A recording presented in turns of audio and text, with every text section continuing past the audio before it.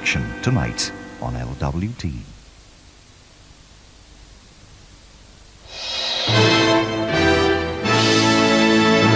The news from ITN. Edwina Currie threatened with legal action over the eggs health scare. Egg producers say the junior health minister's comments that most of Britain's egg production is contaminated could cause substantial damage to the industry. The Ministry of Agriculture officials are said to be extremely angry with Mrs. Currie for speaking before consulting them first. Egg producers are furious over Mrs. Currie's remarks on ITN yesterday. This is what she said. We do warn people now that most of the egg production of this country, sadly, is now infected with salmonella. The egg industry say that's rubbish, and they'll now be looking for damages for any losses.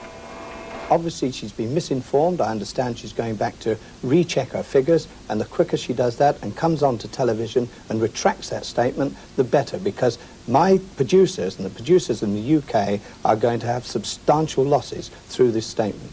Even so, it's a mark of government concern that tomorrow it announces a new voluntary code of practice drawn up in cooperation with the industry. However, the Department of Health today repeated that 30 million eggs a day are eaten, with only 26 cases of food poisoning linked to eggs this year.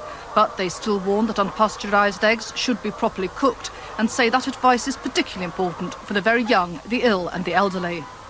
Government troops and tanks in Argentina are tonight surrounding a military base taken over by rebel soldiers. The government says it won't negotiate. The Buenos Aires rebels were joined today by other units in Cordoba and Mercedes. Mike Jeremy in London reports. The government's response to the rebellion is clear. All day, tanks and troops have been moving on the Buenos Aires barracks where the rebel soldiers are holed up. The public's reaction to the democratic government's show of force has been unequivocal. The right-wing politics of the rebellious officers are unpopular. Their demands for an amnesty for soldiers convicted of human rights abuses more unpopular still. The rebels are tonight reinforcing the defences around their base. They say they're ready to talk, but the government's not in a mood for compromise. It says surrender is the rebels' only option. Just 6 miles away in the centre of the capital, there have been mass rallies in support of the government. In the halls of the presidential palace, elite military units reinforced the ceremonial guard. President Alfonsín went on television to assure the nation that the top commanders are still loyal and that the rebels will, in his words, be suffocated. Tonight, loyal military units may be about to act on those words. The Labour MP Chris Mullin has offered to brief the Soviet leader Mr. Gorbachev on the Guildford and Birmingham pub bombing cases before his visit to Britain next week.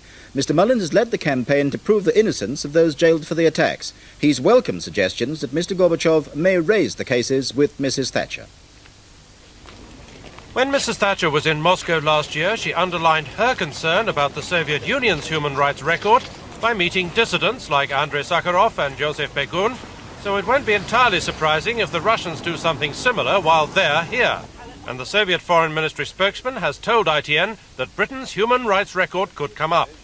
I think they're going to discuss plenty of things, and one of the items that on the agenda may be human rights. Why not? When Patrick McElkenny, the brother of one of the Birmingham Six, staged a protest in Moscow last month, he received a message of support from the Soviet authorities. And the MP who's taken up the case here says today's developments are good news. Well, I'm delighted because it's only international pressure that's going to bring this scandal to an end.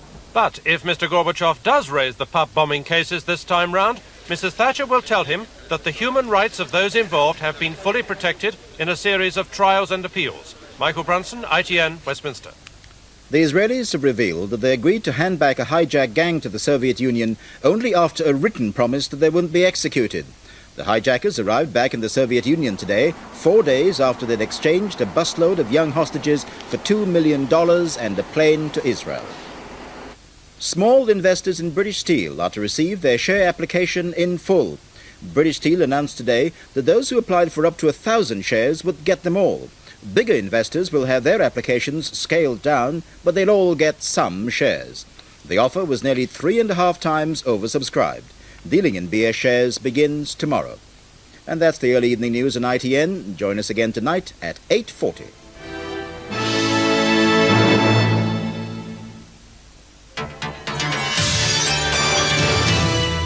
Hello. Hello. Police are investigating 2 shootings at garages in Hackney.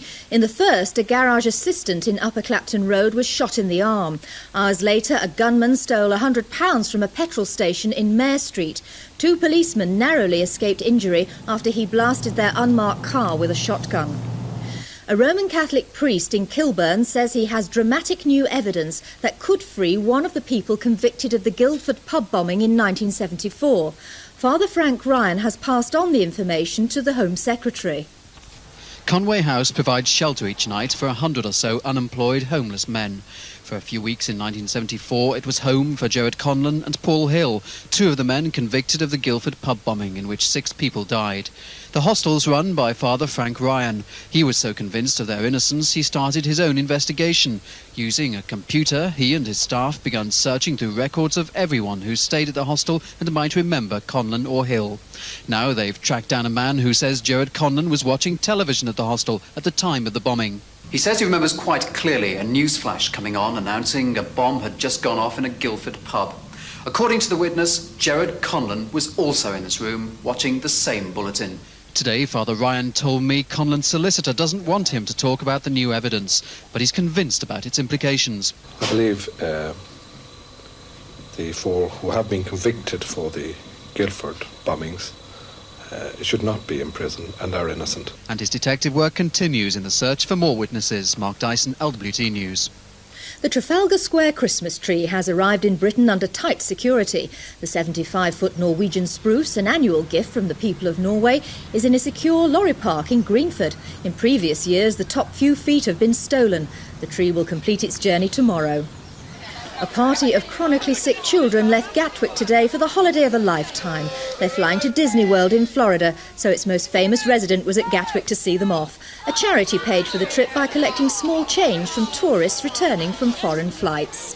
It'll be dry at first tonight, temperature 6 Celsius, 43 Fahrenheit. By tomorrow morning it'll be cloudy with rain spreading from the west. Temperatures 9 Celsius, 48 Fahrenheit. The southwesterly wind around 30 miles an hour, but brightening up in the afternoon. More weather news at 9.